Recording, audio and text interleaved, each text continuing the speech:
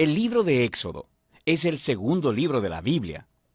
Continúa la trama del libro anterior, Génesis, que terminó con el nieto de Abraham, Jacob, guiando a su familia de 70 personas hacia Egipto. El 11º hijo de Jacob, José, había sido ascendido a ser el segundo al mando en Egipto. Él había salvado a toda su familia de una hambruna. Faraón, el rey de Egipto, le ofreció a su familia que vinieran a vivir allá como un refugio seguro. Tiempo después, Jacob muere en Egipto y también José y todos sus hermanos. Pasan alrededor de 400 años y la historia del Éxodo comienza. Ese nombre se refiere al evento que ocurre en la primera mitad del libro, el Éxodo de Israel desde Egipto. El libro tiene una segunda mitad que tiene lugar al pie del monte Sinaí. En este video solo enfocaremos la primera mitad, donde siglos han pasado. Israel fue fecundo, se multiplicó y llenó la tierra. Esta frase es un eco intencional de la bendición que Dios le dio a toda la humanidad en el jardín del Edén. Nos recuerda de la gran historia bíblica hasta ahora. La humanidad perdió la bendición de Dios por su pecado y rebelión. Así que Dios escogió a la familia de Abraham como el medio a través del cual restauraría su bendición para todo el mundo. Pero el nuevo faraón no ve a Israel como una bendición. De hecho, él piensa que este grupo creciente de inmigrantes israelitas es una amenaza para su poder. Igual que en Génesis, la humanidad se rebela contra la bendición de Dios.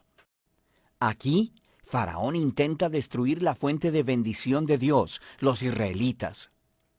Él los esclaviza brutalmente, obligándolos a trabajos forzados, y luego ordena que todos los niños israelitas fueran ahogados en el río Nilo. Faraón es, hasta ahora, el peor personaje de la Biblia. Su reino ejemplifica la rebelión de la humanidad contra Dios. Faraón ha redefinido el bien y el mal de acuerdo a sus propios intereses, que aún el asesinato de niños inocentes se ha convertido en algo bueno para él. Ahora Israel clama por auxilio contra esta nueva Babilonia, y Dios responde. En primer lugar, Dios da vuelta a la maldad de Faraón, cuando una madre israelita lanza a su hijo al río Nilo, pero en una cesta. Él flota sin peligro hasta donde está la propia familia de Faraón. Él es llamado Moisés, y crece hasta convertirse en el hombre que Dios usará para vencer la maldad de Faraón. En la famosa historia de la zarza ardiente, Dios se le aparece a Moisés y le manda ir delante de Faraón y ordenarle que libere a los israelitas. Dios dice que Él sabe que Faraón se resistirá, así que traerá su juicio sobre Egipto en forma de plagas. Luego, Dios también dice que Él endurecerá el corazón de Faraón. Entonces, se nos presenta la siguiente parte importante de la historia, la confrontación entre Dios y Faraón. ¿Qué significa eso que Dios dice que Él endurecerá el corazón de Faraón? Es muy importante que leamos esta sección de la narración muy cuidadosamente y en secuencia. En el primer encuentro entre Moisés y Faraón, simplemente se nos dice que el corazón de Faraón se endureció. No hay implicación de que Dios hizo algo. En respuesta, Dios envía las primeras 5 plagas, cada una confrontando a Faraón y a uno de sus dioses egipcios. Cada vez, Moisés le ofrece una oportunidad para que Faraón se humille y deje ir a los israelitas. Pero después de cada plaga, se nos dice o que Faraón endureció su corazón, o que su corazón se endureció. Lo está haciendo de su propia voluntad. Finalmente, es con el segundo grupo de 5 plagas que empezamos a escuchar cómo Dios endureció el corazón de Faraón. El punto de la historia parece ser este.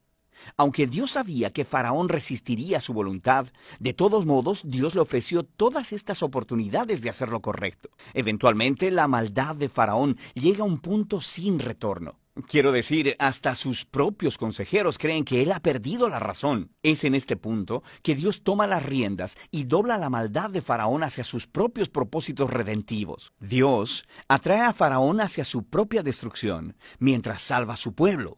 ¿Qué es lo que sucede después? Con la plaga final es la noche de Pascua. Dios le cambió las cartas a Faraón. Así como él mató a los hijos de los israelitas, Dios matará a los primogénitos de Egipto con una plaga final. A diferencia de Faraón, Dios proveyó un medio de escape a través de la sangre del cordero. Aquí la historia se detiene y nos presenta en detalle el ritual anual israelita de la Pascua.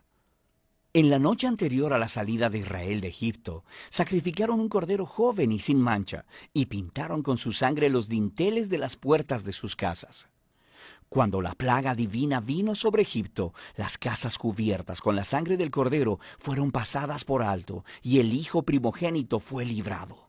Así que cada año después de eso, los israelitas recrean esa noche para recordar y celebrar la justicia y la misericordia de Dios. Pero Faraón, por su orgullo y rebelión, perdió a su propio hijo, y es movido por fin a dejar en libertad a los israelitas. Los esclavos israelitas hacen su éxodo desde Egipto, pero en cuanto se fueron, Faraón cambió de opinión. Reunió a su ejército y persiguió a los israelitas para una última confrontación. Mientras los israelitas pasan a través de las aguas sin peligro alguno, Faraón se precipita hacia su propia destrucción.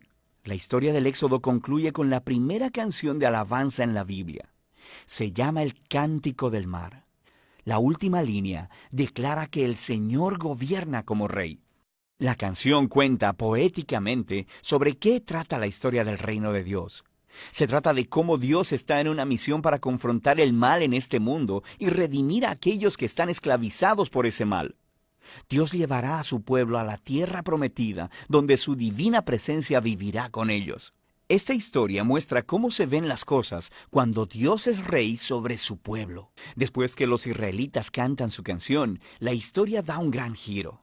Los israelitas están viajando a través del desierto hacia el monte Sinaí.